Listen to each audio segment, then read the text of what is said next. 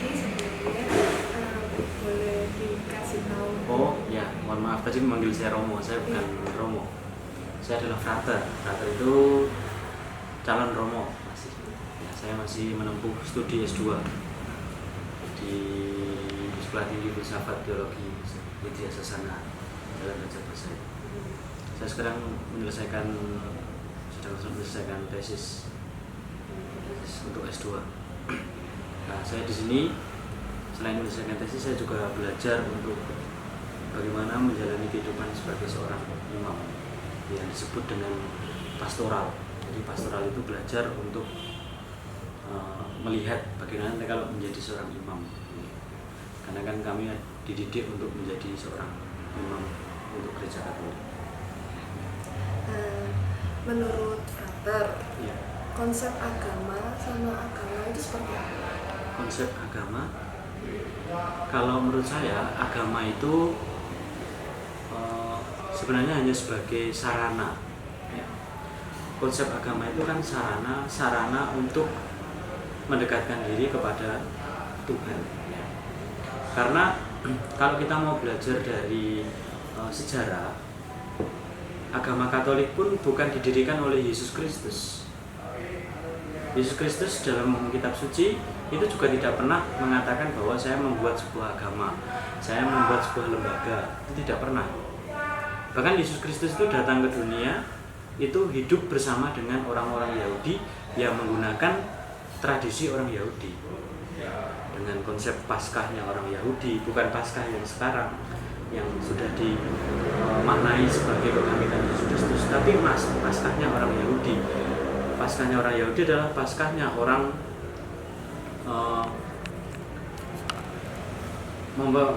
bersyukur karena bangsa Israel sudah keluar dari Mesir.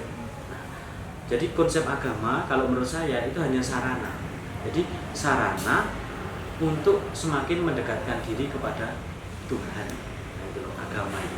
Jadi agama itu ya semuanya benar karena semuanya diarahkan untuk kepada kesatuan dengan Tuhan. Terus menurut Romo keanekaragaman agama itu apa? Ya kalau menurut saya keanekaragaman agama itu malah menjadi warna seharusnya. Kalau pandangan saya itu menjadi sebuah warna. Warna apa? Ya kalau seumpama di dunia ini hanya satu agama, itu kan tidak ada model-model ritual-ritual atau tradisi-tradisi atau ibadat-ibadat yang baik. Nah, lalu ajarannya kalau semua sama, ya membosankan. Tapi kalau dengan keanekaragaman agama, dengan kekhasan setiap agama seperti Buddha punya kekhasan sendiri dalam beribadat, Hindu punya kekhasan sendiri. Nah, itu jadi mewarnai. Tapi tidak membedakan. Jadi perbedaan-perbedaan agama yang ada di Indonesia ini, khususnya di Indonesia ini tidak menjadi sebuah perbedaan seharusnya. Karena yang dituju adalah satu, hanya bagaimana caranya itu berbeda-beda. Kalau saya sih melihatnya seperti itu. Jadi agama itu sebagai banyaknya agama itu sebagai warna, mewarnai. Jadi kita bisa milih dengan diri kita. Jadi kita memilih agama itu kan tidak karena paksaan. Terlebih dalam gereja Katolik, orang ingin menjadi orang Katolik itu bukan sebuah paksaan, kebebasan. Karena kalau bahasa Jawanya ngikuti sreknya atau ngikuti hati gitu. Kalau saya cocok dengan agama itu ya saya ikut ke situ. Kalau saya cocok dengan yang ini ya saya ikut ke sini. Tapi coba kalau hanya satu agama. Kalau saya nggak srek dengan model ibadat orang situ, lalu saya mau lari kemana? Kan nggak bisa ya. Karena kan semua urusan saya dengan Tuhan itu kan urusan hati, urusan batin kita, bukan masalah gerak tangan atau apa yang terlihat ya. Karena orang pergi ke gereja juga sebenarnya kan bukan karena penampilan kita ke gereja, enggak, tapi karena batin kita, hati kita srek memuji Tuhan dengan konsep atau ritual ibadatnya orang Katolik. Menurut frater, bagaimana sikap kita sebaiknya menanggapi keanekaragaman agama yang berbeda? Ya kalau menurut saya menanggapi keanekaragaman itu seharusnya dengan mensyukuri atau tidak mempermasalahkan. mau berbeda apapun kan yang dituju hanya satu. Jadi perbedaan itu jangan dijadikan objek untuk saling menyalahkan gitu. Atau dijadikan objek untuk saling, wah saya paling benar. Nah makanya kalau sebuah kasus atau sebuah masalah didebatkan, apalagi agama didebatkan, bagi saya tidak ada gunanya. Karena agama itu jalannya, arahnya kepada sebuah kebaikan. Nah jalan untuk kebaikan itu caranya berbeda-beda. Jadi makanya bagi saya ya keanekaragaman itu malah baik. Jangan dijadikan perbedaan gitu. Terus tanggapan Fatur tentang konflik keagamaan yang ada di Indonesia? Ya kalau tanggapan saya yaitu konflik yang terjadi itu karena setiap orang itu belum menyadari bahwa yang mereka sembah itu satu, yaitu Allah. Ya. Meskipun sebutannya berbeda-beda. Ya jelas yang konseling konflik itu kan sebenarnya, ya mohon maaf, kan hanya orang Kristen dengan orang Muslim, ya. Hindu Buddha mana pernah konflik, ya. Kan mereka tidak pernah konflik. Yang selalu konflik itu hanya orang Kristen, entah itu Kristen Protestan atau Kristen Katolik dengan agama Islam. Karena apa? Karena mempunyai ideologi sendiri-sendiri. Ya bagi menurut saya paling yang terbaik, ya menurut saya juga yang paling terbaik. Gitu loh. Dan mereka selalu melihat masa lalu. Permasalahannya adalah masa lalu, ya mohon maaf, sejarah kekristenan dengan Islam itu dari dulu sejarahnya sudah buruk. Kita bisa belajar dari sejarah perang salib. Ya. Perang salib itu kan perang antar, bisa dikatakan mau perang agama antara orang Romawi dengan orang Arab. Konsep perang salib. Nah, itu. Makanya itu terbawa sampai sekarang. Bahkan pandangan-pandangan orang Arab menganggap bahwa orang Katolik itu atau orang Kristen itu kafir. Nah, pandangan itu yang selalu membuat menjadi perkara di situ. Mereka belum mampu menyadari istilah kafir itu loh. Kafir itu kan kadang-kadang diartikan sebagai orang yang tidak percaya kepada Tuhan. Tapi mereka selalu memandangnya adalah, ya pokoknya yang berbeda dengan keyakinan saya, ya itu kafir. Nah itu loh. Jadi saya sedikit-sedikit belajar tentang Islamologi, ya, bahwa mereka selalu mengatakan bahwa memerangi orang di luar agama mereka itu sebagai sebuah jihad. Padahal kalau dalam pelajaran Islamologi, jihad itu bukan berkaitan dengan melawan orang yang istilahnya di luar agama, enggak. Tetapi lebih dicondongkan pada melawan hawa nafsu kita sendiri, atau disebut amal ma'ruf nahi mungkar itu loh. Jadi melawan diri dari apa? Ya dari godaan setan, dari tindakan-tindakan yang buruk. Nah itu loh. Jadi makanya ya permasalahan-permasalahan yang ada ini sebenarnya karena itu miskomunikasi kadang-kadang. Miskomunikasi atau pandangan yang ingin membenarkan diri sendiri. Nah itu yang perlu diperbaiki. Makanya dalam negara sekarang itu muncul adanya FKUB, ya, forum kerukunan antar umat beragama. Terus ada grup-grup lain, ya, ada Gus Durian. Di situ Gus Durian itu isinya bukan hanya orang Muslim saja, tetapi ada orang Katolik, ada dari agama-agama lain. Nah itu loh, itu salah satu bentuk dari ya ingin mempersatukan gitu, menyadari bahwa yang disembah itu satu, yaitu Allah. Terus sikap apa yang perlu kita lakukan pada saat terjadi konflik keagamaan? Sebenarnya yang pertama adalah saat kita menghadapi seperti itu jangan membuat panas, ya. Jadi sudah terjadi seperti itu malah kita beritakan ke yang lain-lain, jadi viral, ya. Viral, lalu membuat statement-statement atau argumen-argumen yang malah membuat situasi menjadi tidak kondusif, tapi semakin membuat panas, ya. Jadi yang lain-lain jadi ikut. Sebenarnya yang buat perkara hanya ini, jadi yang lain, golongan-golongan lain jadi ikut. Nah, kita harus menyikapinya seperti itu. Jadi jangan langsung istilahnya kalau mau dikatakan gosip atau ngerumpi lah gitu ya, menyebarkan hoax. Kadang-kadang kan masalah kecil itu kalau kita sebarkan dengan salah itu akan mempengaruhi. Terus untuk menyikapi hal itu kita juga harus semakin mendekatkan atau istilahnya menjalin relasi yang baik antar umat beragama. Di Malang sendiri bagi saya baik.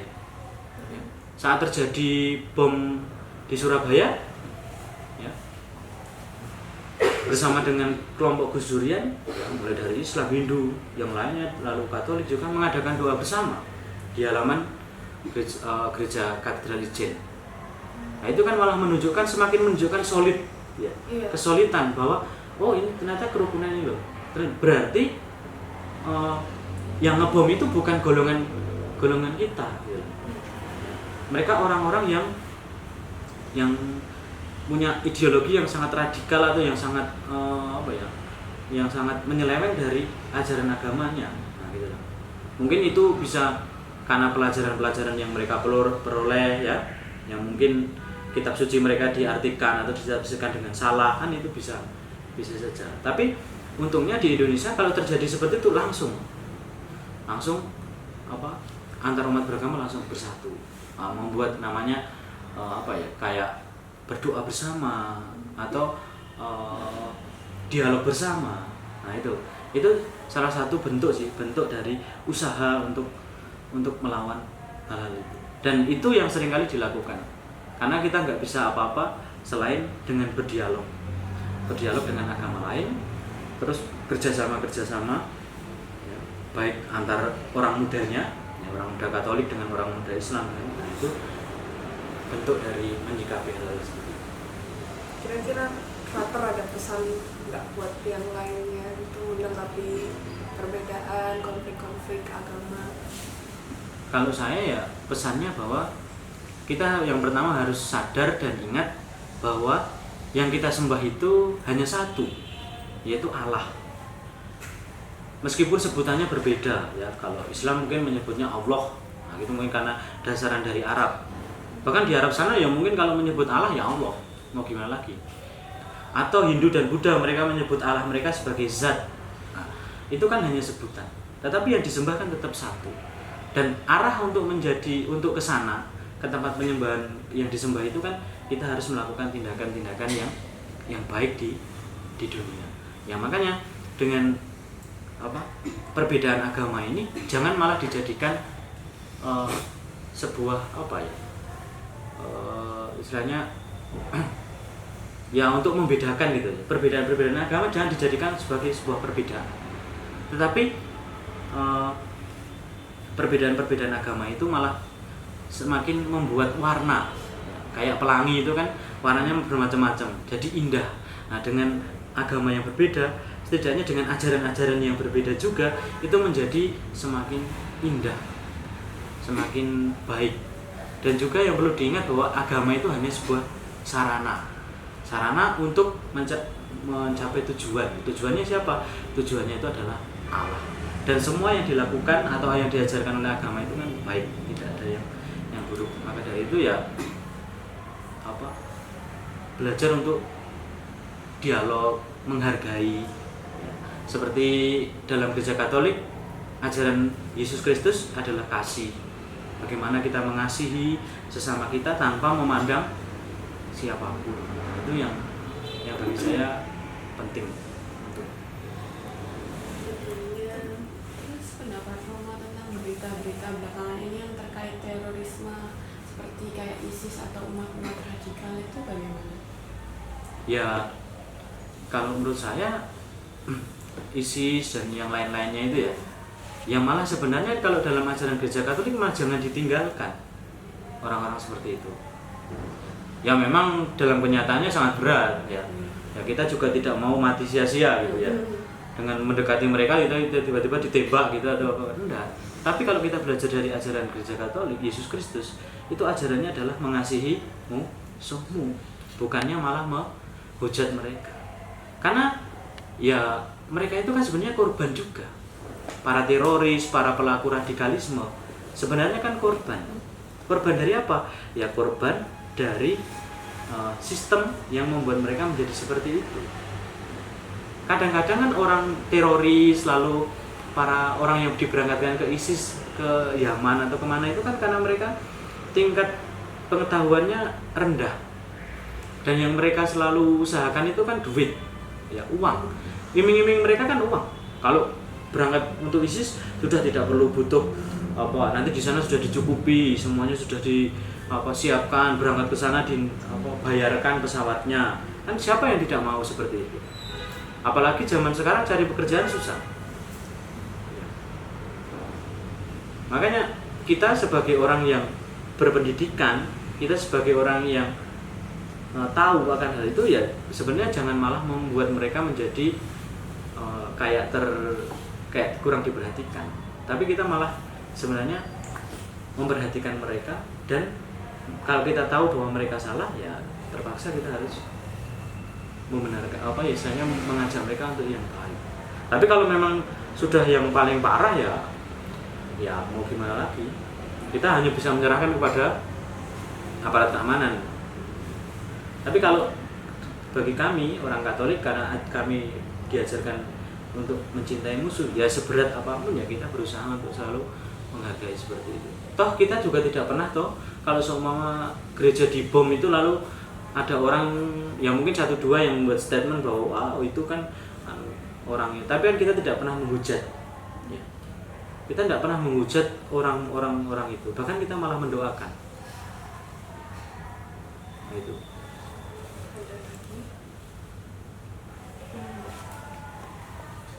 Menurut pendapat Frater tentang kaum-kaum tertentu yang mengatasnamakan agama itu bagaimana? Bagi saya itu, kalau bagi saya ya kurang baik. Mereka selalu mengatasnamakan agama ini, agama itu ya. Padahal ya kita tahu sendiri bahwa agama itu selalu mengajarkan yang baik, tidak pernah mengajarkan yang buruk. Apalagi mengajarkan membunuh itu kan tidak. Ya kalau menurut saya ya ya janganlah lalu setiap melakukan segala sesuatu harus dilandasi atau backingi oleh agama-agama. Bagi saya kurang tepat.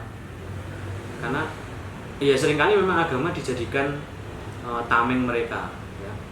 Jadikan kendaraan mereka untuk melakukan ini. Seperti contohnya perusahaan ini, karena perusahaan rumah ibadat atau perusahaan orang Somali tertentu yang melakukan perusahaan-perusahaan di karaokean atau di kafe dengan mengatasnamakan agama, itu kan kurang tepat sebenarnya. Itu kan sebenarnya ketidaksenangan mereka sendiri, lalu mereka menggunakan embel-embel agama seperti bakar bendera itu kan.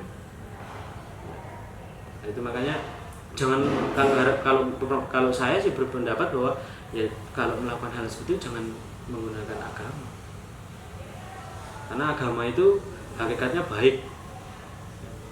Tapi kalau sudah dibarengi dengan hal-hal yang buruk, ya jadinya hakikat agama itu menjadi rusak gitu. Sarana untuk kepada Tuhan jadinya bukan sarana kepada Tuhan, tapi sarana untuk menghancurkan, sarana untuk menuju setan, bukan Tuhan. Kalau saya. Tadi kan bicara tentang ISIS, jadi menurut Frater tentang keputusan Pak Jokowi untuk menolak bekas ISIS itu salah atau tidak?